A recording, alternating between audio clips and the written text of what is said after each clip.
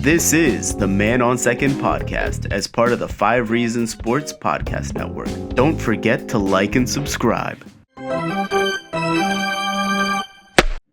Hello and welcome everyone to another episode of the Man on Second podcast. My name is Eric Wiedeke. As always, I am joined by Joe Frisaro.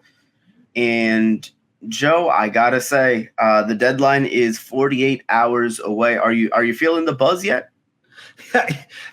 Coming into the weekend, we're recording this on Sunday night after the Marlins just got annihilated by the Mets. Being at the park for 2 to 3 games, a little bit of optimism on Friday with Sandy Alcantara going, and the thought just take 2 of 3 or, kind of hang around there, make a statement in the front office to kind of go for it under the buzzer. And then you hear the comments from Kim Ng last night, where on Saturday talking about not sure they're buy and they're we've used the word many times, right, Eric, the cautious buyer. I don't see how you can think you're buying, because at minimum for the deadline, the Marlins are going to have to sell off their big league roster. Even at minimum, it would be relievers: Anthony Bass, Stephen Okert, Dylan Floro. And I anticipate the starting pitcher will be moved, whether it's Pablo Lopez, Trevor Rogers, or Braxton Garrett. Those are 3 names that I'm hearing there's calls on. So the Marlins are in a really precarious spot. They got swept by the Mets, fall to 8 under, and I guess the Phillies won today. And so it's like 8 out of the 3rd wild card spot. So I think the Marlins have to look themselves, heading into Monday, with Tuesday being the deadline, with 1 day to make up ground before absolutely, making their decisions. I think they have to look toward 2023. If they could salvage 2022 in the final 60, 2 months or 60 games, so be it. But you can't forfeit a look at the future right now. Yeah, especially when, the guys that got you here, the guys that you're waiting on to come back, are the guys that got you to, 4 or 5 games out, and they've kind of continued to spiral, over the course of, this series against the Mets. Number one, that's the Mets. They're playing as good as any team in baseball right now. So, I'm not going to sit here and say it's because they don't have Jazz, or they don't have Soler, or they don't have, whoever. The fact of the matter is the Mets are a buzzsaw right now, and the Marlins weren't beating that team, no matter who was healthy on the roster. So as far as that goes, it's just one of those things where, you keep wondering at what point is the harsh medicine going to go down for this team. And it's just, you hear the comments, and Kim Ng, to be fair, she said, I believe it said she categorized it as a very outside shot at the playoffs, which is probably a little bit more of an accurate assessment. Don Mattingly said that he hopes the front office buys, and he's a manager, so he's got to think more short term. Yeah, so that's kind of natural for him. Something that was very interesting to me that hits at what they want to do, at the deadline was Heyman coming out and saying that the Pirates aren't moving Reynolds, and that they had called. And so, you kind of connect the dots that the Marlins had at least been, barking up that tree again to some extent, doing their research, talking to the Pirates, what have you. I just don't see how realistically anything could have happened there, given the Max Meyer injury, given the developments with Khalil Watson. It feels like they don't have the capital in their farm system that we thought that they did, going into this season, at least in terms of making a trade for, a controllable star level player. I don't think that's where your hope is going to come from at this point. Like you said, I think you've got to sell off the Anthony Basses, get what you can there, the Stephen Okerts, and then one of Pablo, Trevor, or Braxton. And if you don't trade Pablo, you need to have a contract extension ready for him by 6:01 on Tuesday. I firmly believe that, because I think if you're not going to extend him, this is the time to trade him. Otherwise, his value is just going to go lower from here because obviously having that extra year of control is extremely valuable for him. Exactly, and you nailed it. And to me, if I'm the Marlins, I know Kim said they weren't, basically, I guess, calling others or aggressively, pursuing a trade of, but fielding calls, I know for a fact they've been receiving a ton of them. And so now you have to really identify. And you noted center field, Brian Reynolds, center fielder. Clearly, it's a priority for the Marlins. Right. That in their search, they want Bleday out of there, although he can be serviceable out there. But he's not a natural center fielder. Right. So you can go and Pablo's your biggest trade chip. And if you're not exactly right, and we'll get to it in a minute because of Luis Castillo, but there's a lot more to digest and we want to break down here today. And he's at your highest sell point. So if you choose not to move him by 6:00 on Tuesday, then, and I'm not convinced they are leaning that way. I'm more convinced they are leaning towards keeping him, which now is the commitment that you don't want to set this back a few more years. You want to kind of pair him up with Sandy. We've talked on this show before too of the opportunity of Sandy and Yuri, whether Pablo is part of that. So if you're not going to trade Pablo when his value is at its absolute high to sell, where he could bring you the most return, then you absolutely have to have a contract extension in place. Yeah. Because otherwise, what are you doing? But that's the point there on Pablo. Do you think today with, it's kind of funny what 5 days means. 7/26 on the 26th of this month, which this month's going to become August in a couple of days or tomorrow. 7/26 at Cincinnati 5 days ago. Pablo Lopez, 7 innings, 2 hits, 1 run earned, 11 strikeouts, dominant. Yep. We wondered if that was it for him. Today against the New York Mets, 2 2/3, 12 hits, career high, 6 earned runs, 1 strikeout, and out of the game before 3 full. I would not be a bit surprised if the weight of it is it's natural. That the rumors, the uncertainty, you're waking up, is this my last start? I don't look at it as automatically because he started today. I didn't think that was that alarming because the trade deadline's no longer the 31st. It's August 2nd. So it gave them another day to have people look at him. I reported this the other day. There were 12 scouts in Cincinnati on the day, 10 scouts in Cincinnati, at least 10 scouts on the day he pitched at Cincinnati. There were a bunch more today. Obviously looking at more than just Pablo, but people know what Pablo is. I personally do not think this hurts his trade value, the bad outing. But I think you look at the 2.5 years of control because he is ARB eligible. And I think it's just whether or not they choose to move him at this point. But do you think he hurt his stock today? No, and the reason why I don't think he hurt his stock today is because I think he was tipping his pitches, quite frankly. And it feels like from a talent evaluation standpoint, you look at, teams. Pablo's a known quantity. He's got a track record of being a really solid, 2-3 starter in the league. The fastball velocity was there today. It was higher than it's been just about all season. He had good movement on the breaking ball. Again, in terms of what scouts are actually looking for, I think he actually, outside of the results, the stuff was there. And I think that was the most important thing for Pablo. Not that any one start is going to make or break his trade value. If there was one thing that I got to get off my chest as it pertains to Pablo a little bit, and Pablo's a wonderful guy and he's the nicest guy in the world, and I think that's probably that's his one weakness on the mound. I think he's too nice. I don't see that edge from Pablo that I see from Sandy, and Pablo's his own guy. He's going to do things his way, but I do wonder if he's just a little bit too nice sometimes. Yeah, I'm not so sure about that.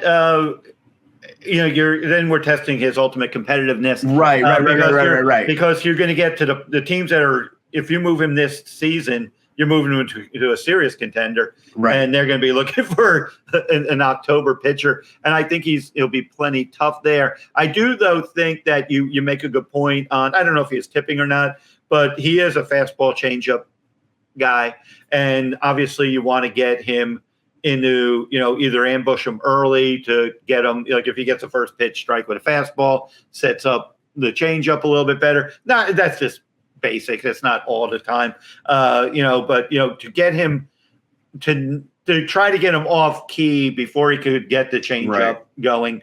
Obviously, he sees them multiple times. I think that is a factor that he doesn't have a great breaking ball. It's more of a cutter, whatever he wants to call it, but he doesn't spin it super well as some others, as Sandy, for instance. But, the fastball changeup combination, the fact that, he's logging innings. I guess he's up at 118 and 2/3 career high. I just wonder also, it's like he's also due, just like Sandy the other day. You're not going to just steamroll 21, 22 starts, 36 starts with a mid-2 if you're kind of a mid-3 ERA type of pitcher to begin with. And I think that just the nature of the season is going to go there. But ultimately, let's kind of settle. What do you think? Do you think he's here on Wednesday, or do you think he's wearing another uniform? And what teams do you think might have interest? And I'll give some thoughts. Pablo is here on a Wednesday. If I had to absolutely answer, if he's not here, I would say he's in St. Louis or New York. That's my ultimate guess there. Yeah, New York has interest. St. Louis, clearly. The Dodgers, to me, if the Dodgers don't get Soto, and move some pieces there, I wouldn't be at all surprised. Clearly, he'd have a big market. And just, let's break down the Luis Castillo trade, because similarly, they're kind of similarly, Castillo's a changeup guy as well.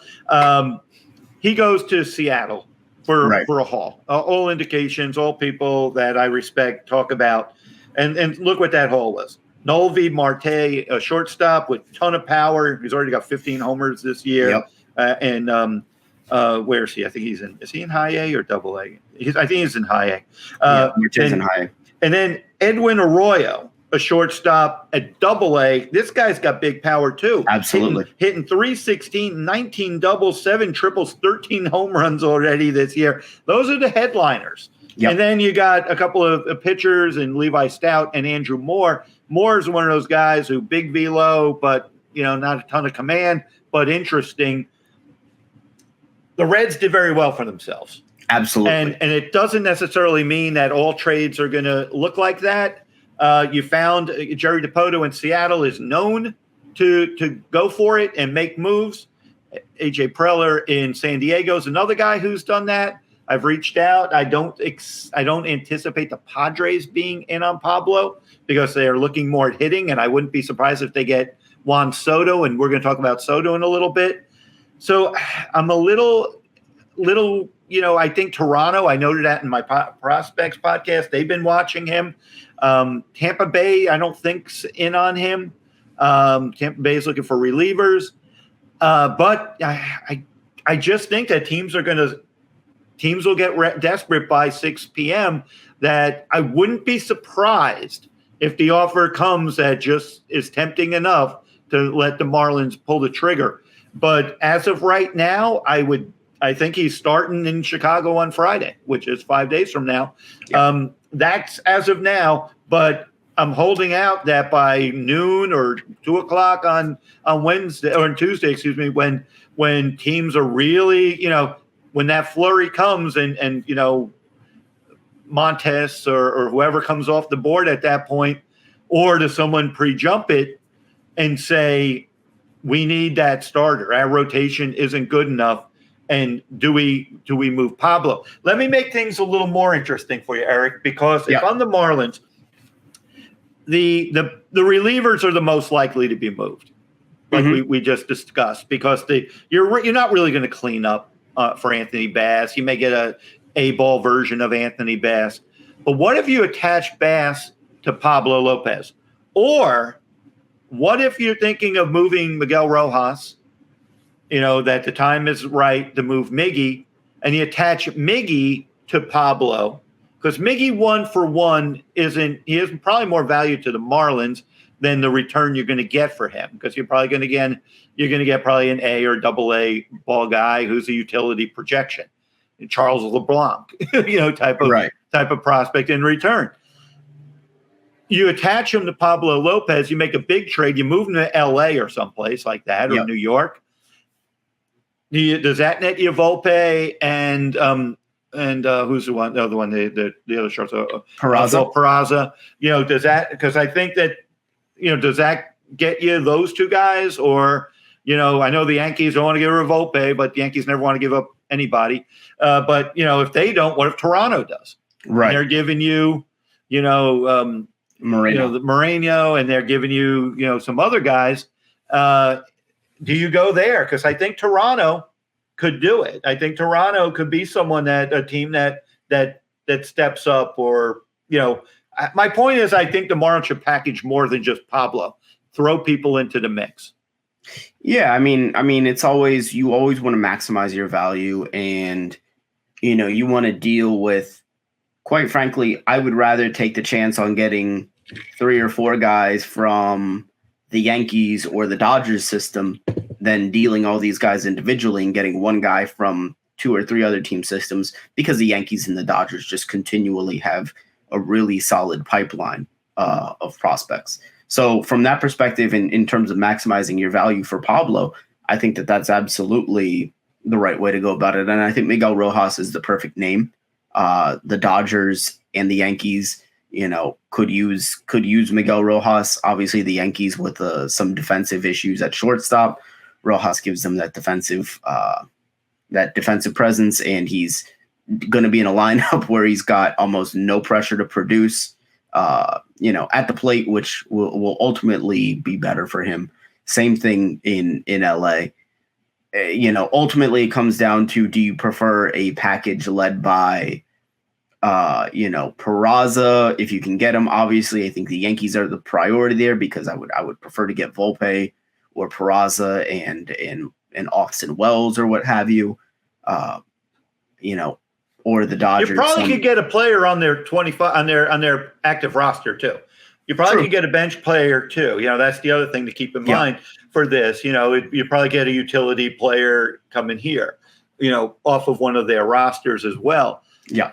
So I think that kind of makes it interesting, and because that's where I would go with it. I would be ambitious, and that's the Jack McKeon philosophy: just throw players in and make a big deal, make a big trade, rather than 2 small ones, like you say, that net you 1 player.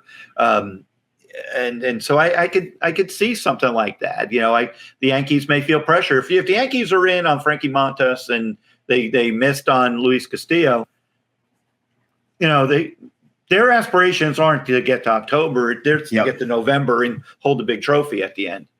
Well, and that's what I think. I think the Marlins, quite frankly, as far as the Pablo negotiations go, they want to be in the position where Pablo is kind of the only guy left on the market, at least the only top line guy left on the market. Because I think I think they want those last second deals, at least reading between the lines and kind of the comments. And, well, if the right deal comes along, they're basically saying, what, we're waiting for you to kind of give up the goose on this one for Pablo, which as they should. Pablo, he's a very, very, very talented guy with lots of team control. So I do think that that's kind of where they're going with that. Let me ask you this then, because this is the concern and the argument to retain Pablo. Because, the market, we've just withstood many of the more popular players being moved. That's no secret. Can the Marlins move Pablo Lopez and still project out as a team that's not going rebuild mode for 23 and still could kind of track the rebuild, which hasn't been as fast as the 5-year plan that Derek Jeter originally had sought out, to not set it back to now it's a 10-year plan? That's a loaded question. It's definitely a loaded question. I guess that depends on how ambitious you want to be with Yuri Perez. Because if you're locked and loaded and ready to go with Yuri, and I fully believe that he's, a guy that I think he would be ready by the beginning of 23, to be at the major league level. I think he's got that makeup. I think he's, I think he's got the stuff for it. If they're willing to be aggressive with him and have him up, obviously, thankfully, thus far in his minor league career, he's been healthy. So that's not necessarily a concern with him at the moment. He's a bigger guy, so throwing hard is kind of easy on his arm, which is always a plus. So, I think that that's really what it hangs on. But if they want to be cautious with him, which they have been with their other prospects, then I don't see how you can really say, well, we're hoping Luzardo and Cabrera and Rogers and Garrett kind of fill in the rotation. And Cabrera and Luzardo are very, very talented guys, but at the moment, they're a little bit injury prone so far early on in their career, and they're, quite frankly, they just don't have a long enough track record to say this is a number 2 in a big league rotation right now. Yeah, because right now the Marlins window to contend is, we've noted, is Sandy's contract. Right. 5 years after his year before.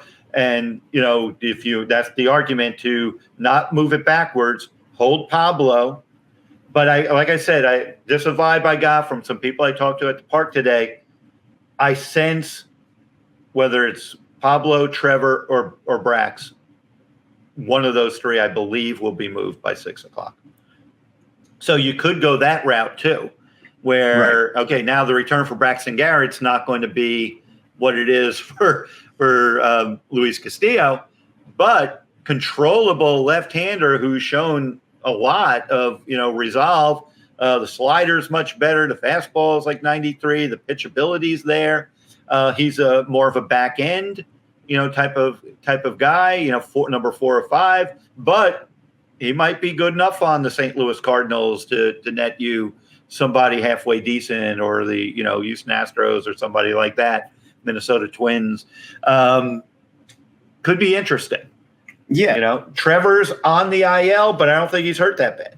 I don't think they still think he could be moved. Obviously, we could say we're selling low, but the service time and the velo and the upside there, I think it's going to net you something. So I think you got to kind of make a move, because they found this out. I tweeted about Jimmy Yacobonis, and people I'd say, well, why do you care about Jimmy Yacobonis? But the fact you haven't traded anybody, you don't have any 40-man spots left. Yep. So these guys that could be optioned down and give you something, you're going to have no room for them. So if you keep Pablo and you keep Brax and you keep Trevor, and Jake Eater's healthy next year, which all indications are he should be. Obviously, Max is gone for a year. But, you with Luzardo, Cabrera, at some point, yes. And me, I'm not for just trading, my surplus of starting pitching. But at some point, you're not going to have any 40-man space. You got to make a trade. You got to move somebody. And, we're finding the same thing with Gerard Encarnacion. We got Lewin up. Quick, your thoughts there, because we're going to flip it over to first base, because you got Jesus Aguilar and Garrett Cooper to resolve. But what do you think about that somebody in the pitching staff has to be moved, because that's also your biggest organizational strength, that to get you a potential center fielder through trade? Yeah, you definitely have to move somebody on your 40-man roster in terms of pitchers, because number one, you've got some relievers in the minors that I think they really want to see about. They want to get those guys up here. You're talking Josh Simpson, Andrew Nardi, guys like that, that I think the organization wants to see in Miami by year's end. And I just don't see how you get there, at least because you view these guys as part of the future over the next 2 or 3 years. How do you get them here and keep them here if you don't make any of those moves? As far as first base goes, and kind of that corner outfield logjam that they have there, I know they've got the mutual option with Aggie next year. I don't think they would. I don't think they would pick his option up. Honestly, I just don't. I don't understand. It would just be. It would just be another year of stagnation, which I really think that they shouldn't, keep pursuing. I heard that they're reluctant to trade Garrett Cooper, which feels like. I mean, granted, you're not going to get much for the guy, so I understand from the perspective of, well, I guess he just may as well have more value on the team than off of it. But just like I said, it just feels kind of stale that Cooper Aguilar, combination at first base. You just want to get something fresh in there. Yeah, and okay, Lewin Diaz, obviously he's up here. He's playing first. He's hitting third in the lineup today against the Mets, and you want him up here. You want looks on him. Yeah, and Cooper was up in. I saw him take BP on Friday. He looked fine. I mean, he looked good. The wrist isn't really presenting him problems. They're getting a little bit of that last little bit of swelling out of there. I guess he went and did a rehab in Jupiter. I believe he's eligible on the 3rd, which is, I guess, Wednesday, after the trade deadline. I don't see Lewin going down, and I see the Marlins some way, somehow. This might be the interesting thing with the Marlins. We're talking because I'm talking – and we're talking about Pablo because he's the biggest piece of this puzzle. Right. He's the biggest chip. But the first off the board, if the Marlins were to make about 3 trades, probably has to be Jesus Aguilar, or a priority to find a fit for him. Now, is one of the fits the team the Marlins just lost to today? Because the New York Mets want a right-handed hitter to kind of, spell Alonso at first and kind of, alternate at DH, when with the big guy. I think that's an interesting fit. Obviously, I think that the Mets at the moment, they're gonna check in on some other guys first, namely a guy like Josh Bell, most likely. Who can hit from both sides. But they're going to have to give up more. They're going to have to give up They would more have to give up more. They absolutely would have to give up more. Yeah. I think as far as if the Mets would be in on Aguilar, I don't see why they wouldn't be in on Cooper as well. Although, as we mentioned, Cooper, the Marlins are probably a little bit more reluctant to deal. Yeah, they'll probably want for Cooper because he has more control. Right. They would want, the Marlins would want something. Yeah. So I guess do you trade again? We could do this. The Mets, like everybody, you could attach him to Stephen Okert or attach him to Anthony Bass. And go and make a trade with New York, or Aguilar. He's formerly with the Brewers. They could potentially be a potential home for him. But my point is, I think now the time is whenever the time the trade gets done. But I would think he would be a high priority. And I think word on the street from my industry people, without question, you're going to move a reliever or 2. Okay. So I could see 3 trades, unless 2 are in the same trade, whether it's Tanner Scott. There are people interested in Tanner Scott. Are they interested in Bass? Are they interested in Floro? Are they interested in Okert? I think all of them are getting interest. So I think 1 or 2 of them and Aguilar will be in trades. So you could do the same thing too. You could, let's say you want to give a little more bullpen reinforcement to the Brewers, attach Aguilar, get Aggie back to Milwaukee where he's familiar, and you could do that as well. So there are a lot of combinations that can be in play here. As we break this down. But how do you feel this player is affecting the board for everyone's thinking? Because we've mentioned the Dodgers may being in on Pablo, but we know the Dodgers are in on the biggest name in maybe years to hit the free agent market, or excuse me, the mid, the trade deadline market in Juan Soto. And, I'll give you some thoughts, I think, on Soto. For one, I know there's been 4, and this isn't any great revelation, but from the people I talk to, I think the Cardinals, Padres, and Dodgers are the 3 teams I'm most focused on for Juan Soto. I know there was, some hope that maybe the Marlins could, come into the picture and bring Soto here as a, to kind of ignite. To me, as man on second, we love the Rays and we love the state of Florida. I was hoping the Rays could jump in and be that type of team, give up the farm. They got prospects and players off their big league roster. They can move for Juan Soto and try to get their stadium deal done, have this year and next year to get into the postseason, with him, and then move him at the trade deadline the following year to try to recoup a lot of what you are giving up in the meantime.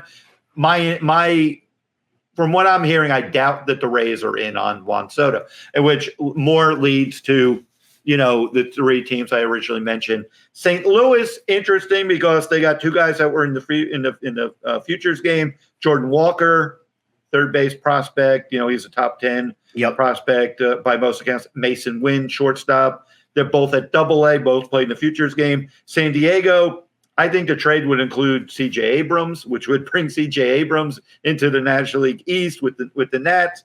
But Robert Hassel, the outfielder, he's at high A. And James Wood is a name that's out there who would be hilarious if James Wood is part of a Juan Soto deal with San Diego.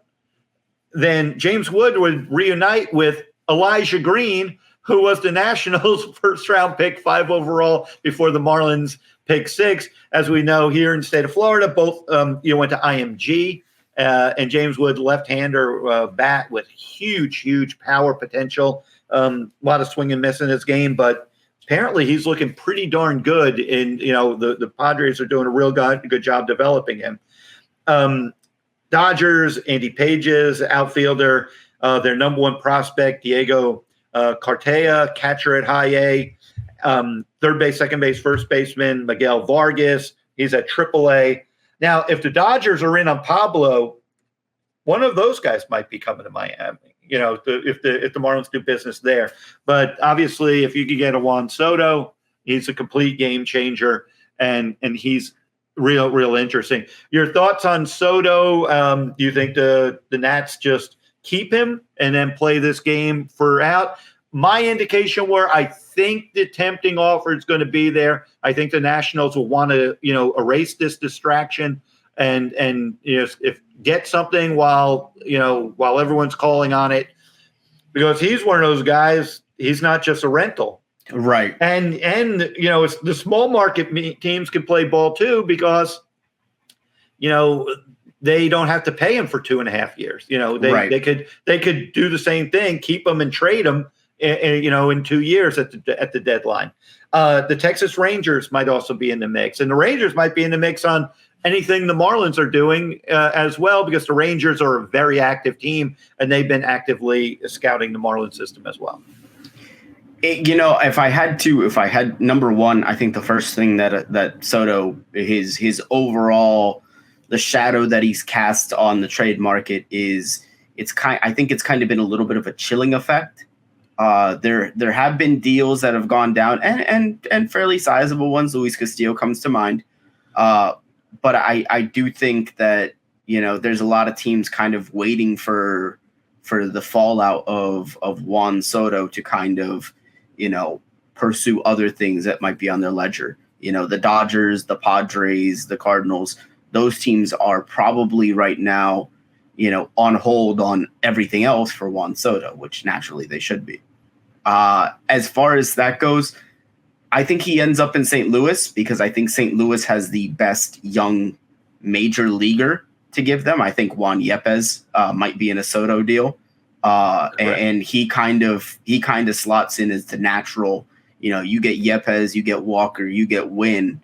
I don't know how the Dodgers and the Padres could really compete with an offer like that for Soto. So I think that's kind of where he ends up ultimately. But as far as him being traded, I think that's a foregone conclusion at this point, and I wouldn't be surprised if it happens, a little bit in advance of the deadline. It's not going to be a last minute deal. Yeah, it could be late Monday, or by game time, 7:00 ish Monday, right. Because the teams we're talking about, the Dodgers, like we say, who will be active. The Padres always act. Seattle, believe it or not, they're still doing stuff. and they're kind of taking that farm system down, and they've had a great farm system. But that's an example of using your farm system to acquire, to put you in a position. But what do the Mariners have? What the Marlins had a few years ago?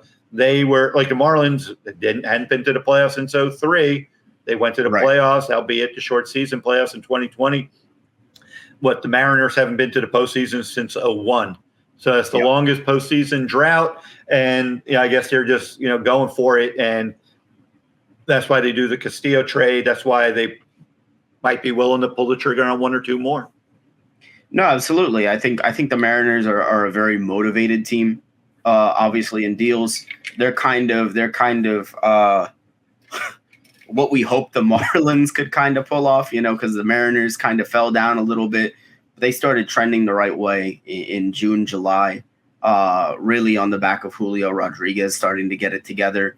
And that's been one of the better stories in baseball this year, as far as I'm concerned, is them, kind of coming out of nowhere and being in that AL wildcard race.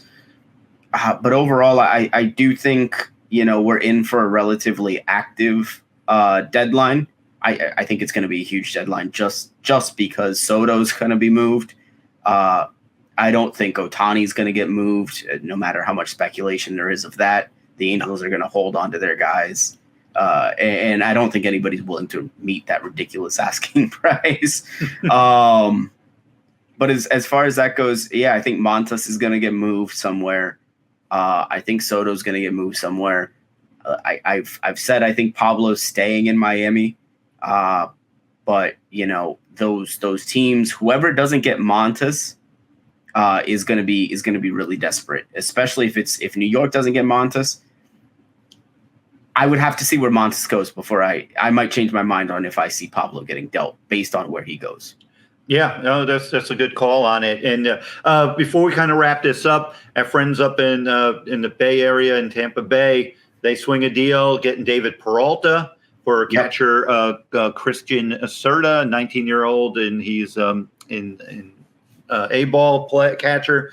From what I understand, he's a halfway decent prospect. Could profile into kind of a backup big leaguer.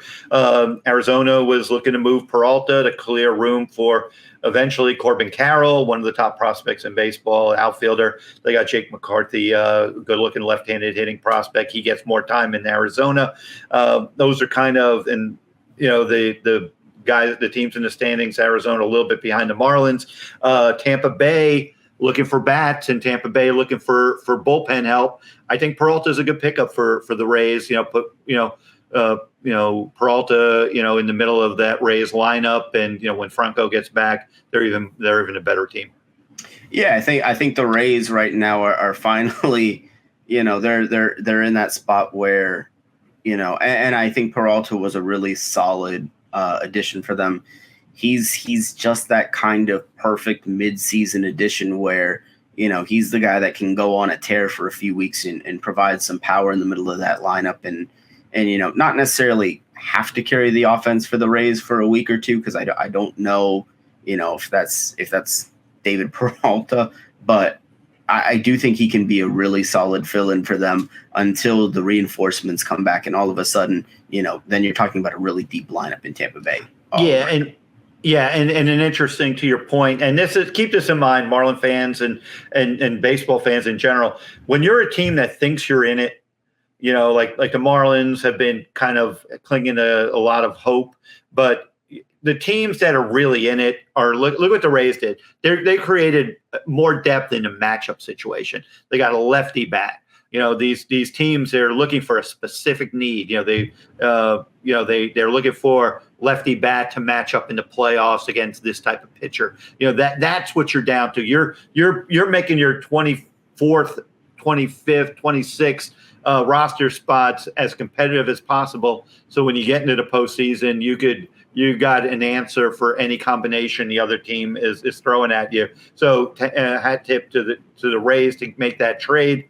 And we're gonna as we advance this, and if the Marlins fall completely out, the Man on Second podcast, we're gonna deal more with the Yankees, the teams that are making the move. We're going to, obviously, Marlins are our bread and butter, and we're going to talk a lot about them, but we're going to expand it. We're going to talk baseball. We're going to talk the prospects, and we're just going to have, the most complete baseball podcast we can. And that's why I really like doing these shows. And strong one here, and it should be really lively. And if something happens the next day or two, we'll probably do another podcast on top of this. But great podcast as always. Eric, tell everyone how to find us and take us out of here, my friend.